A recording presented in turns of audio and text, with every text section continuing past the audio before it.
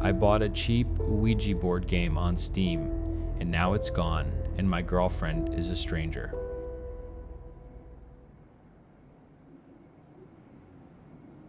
The last thing Alina ever said to me was my full name, which is weird because in 9 years, she never called me anything but Zev. It's been a month since I packed my life into cardboard boxes and left our apartment. A month since I last saw her. But it all started with a game. A stupid fucking game I can't prove ever existed. I was raised with a healthy fear of things you can't see. Not fire and brimstone, just a quiet understanding that some doors are better left unopened. Alina, she was different. She saw the world as a place to be explored, every shadow a corner to be lit. Every October, like clockwork, she'd get this glint in her eye and ask, "So, Ouija board this year?" And every year I'd say no, explaining that I just didn't fuck with that stuff. She'd tease me, but she always respected it. Never pushed. Never brought one into our home. So when I found a game called Communion while browsing for cheap horror titles on Steam, I thought I'd hit the jackpot. A perfect compromise. All the spooky fun for her, none of the real-world dread for me. A digital buffer between us and whatever might be listening. The price tag was $666. Cute.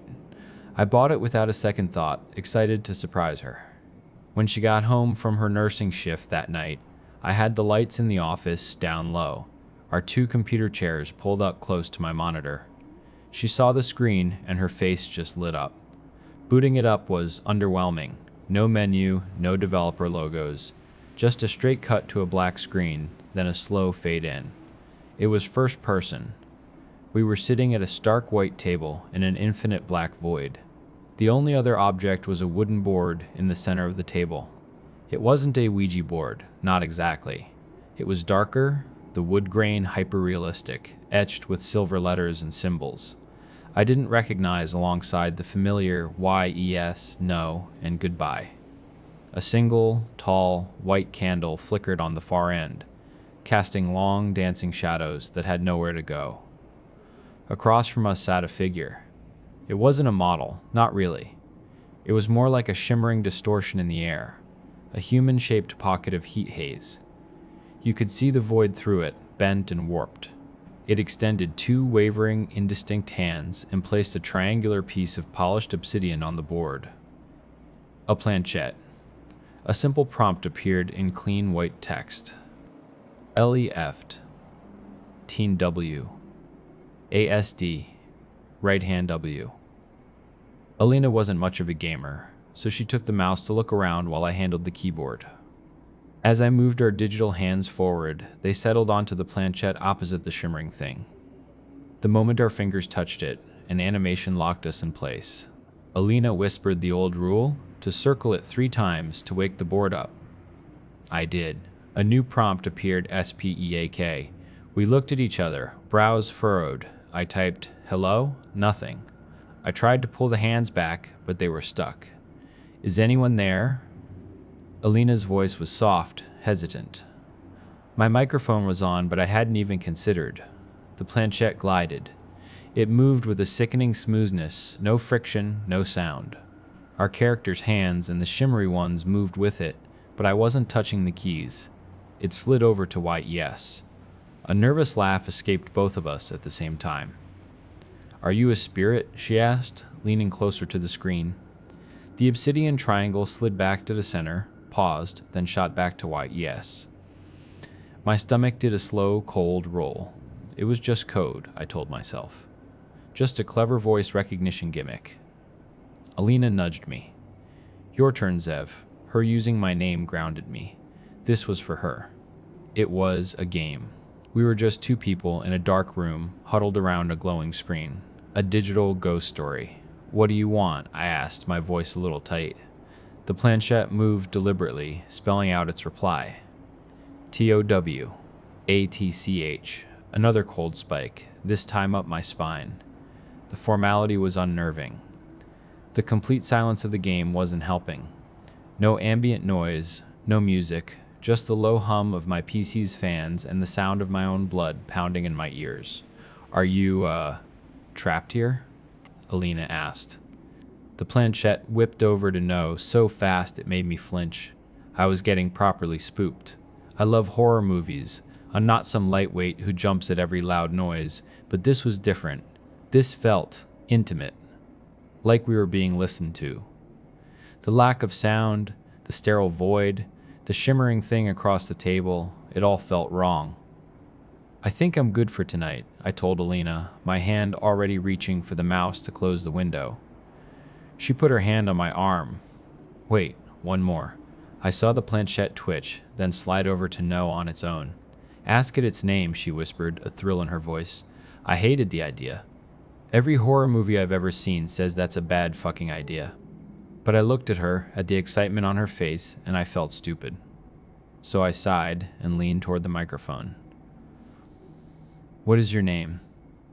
The obsidian triangle began to move again, slowly, letter by letter. A final, definitive answer that I wish to God I could unhear. Zevulun. The digital candle snuffed out. The screen went black, and then my PC shut down. Not a proper shutdown, just a hard click and silence. Holy shit, Alina breathed. Then she burst out laughing. Oh my God, Zev, you are white as a sheet. How did it know your name?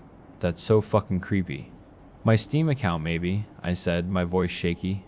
Or it's spyware, I don't know. Fucking hell, but it wasn't my Steam name. No one calls me Zevulun. It's my birth name, sure, but the only place it exists is on my driver's license and passport. Documents that have never been scanned onto this computer. Everyone calls me Zev. Alina only calls me Zev. We should boot it back up, she said, poking my shoulder. You're supposed to say goodbye, you know. I just shook my head, my heart still hammering against my ribs. Yeah, no, I'm good. That night, I dreamt I was in the game. I was the table. I could feel. I felt the impossible weight of the void around me, the slick, cold surface of my own body. I could feel the Ouija board on my back, the letters like scars. I felt the heat of the candle, and then the chilling pressure of two sets of hands resting on the planchette. I felt it slide across my surface, spelling out words I couldn't read, but somehow understood. It was a conversation, and I was the medium. Then I felt a third presence, something vast and ancient and cold, watching from the darkness. I woke up gasping for air, the sheet soaked in sweat. Alina was sleeping soundly beside me. The weird shit started a few days later. Small things. The smell of ozone in a closed room. The Google Home in our kitchen randomly activating, its lights swirling as if listening to a command no one had given. I'd catch my reflection in the dark screen of my phone, and for a split second, the room behind me would be different. Older. With dark wood cabinets instead of our white ones. I tried to ignore it. I told myself I was just freaked out from the game. But then I came home from work to find our front door unlocked and standing wide open. That was the last straw. Alina was out with friends that night. I went into the office, my hands trembling, and booted up my computer. I had to see. I had to know. I launched Communion. The game loaded instantly. The void, the table, the board. But the shimmering figure was gone. The seat across from me was empty. The planchette sat in the middle of the board. I moved my character's hands to it, placed them on the cool obsidian. I took my hands off the keyboard. I just sat there, staring, my breath catching in my throat. Nothing. Hello? I said aloud, my voice cracking. The planchette didn't move.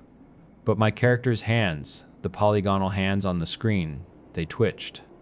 My left index finger lifted, then the right. They started moving on their own, dragging the planchette across the board, fighting an invisible force. SHEINTYOURSI ripped my hands away from the keyboard as if it were red hot. I Alt F4'd out of the game so fast I nearly knocked my monitor over. I sat there in the dark, panting, my heart trying to beat its way out of my chest. That's when things got really bad. The power to our entire apartment went out the next night. Not just a trip, the whole place was dead. The utility company couldn't get anyone out until morning. The thought of spending a night in that place, in the dark, with just a flashlight, I couldn't do it. I told Alina I was getting a hotel room. That's when I finally told her everything. About the dream, the weird reflections, the game talking to me. She looked at me like I'd lost my mind. A game, Zev? You think our apartment is haunted because of a video game? Is this why you booked a hotel? Did you kill the power yourself to prove a point? What? No, Alina, I'm being serious. Something is wrong here. Nothing is wrong, she insisted, her eyes flashing with frustration. I haven't felt anything. I haven't seen anything. You're just letting your superstitions run wild. It turned into the worst fight we'd ever had. She refused to leave, said she wouldn't let me scare her out of her own home. She slept in our apartment that night, and I slept in a sterile, anonymous hotel room, staring at the ceiling and feeling like I was going insane. The next day, the utility guy showed up. He said there was no sign of a surge, no tripped breaker. According to his records, our service had been intentionally terminated from their end, but there was no work order. He apologized for the glitch in the system and turned it back on. Alina and I had power back, but something between us was broken. She wouldn't believe me. Every time I tried to talk about it, to show her the little things, she would shut down. She started working more shifts, staying out later with friends. The apartment felt colder, emptier, even when she was there. I started sleeping on the couch. About a week ago, after another night of tense silence, I went into the office. I didn't know if I was going to try and play the game again, or just delete the fucking thing forever. But when I opened my game library, it was gone. Communion wasn't there. Not in my installed games, not in my purchase history. I searched the store. Nothing. I searched the entire internet. No reviews, no forum posts, no mention of it anywhere. I checked my credit card statements. The 666 charge wasn't there. It was like it never existed. And here's the part that finally broke me. The part that makes me feel like I'm losing my fucking mind.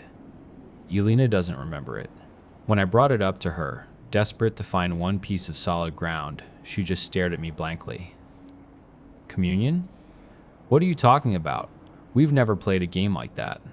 I pressed her. I described the void, the shimmering thing, the name. She just got angry. Accused me of making things up to justify my paranoia.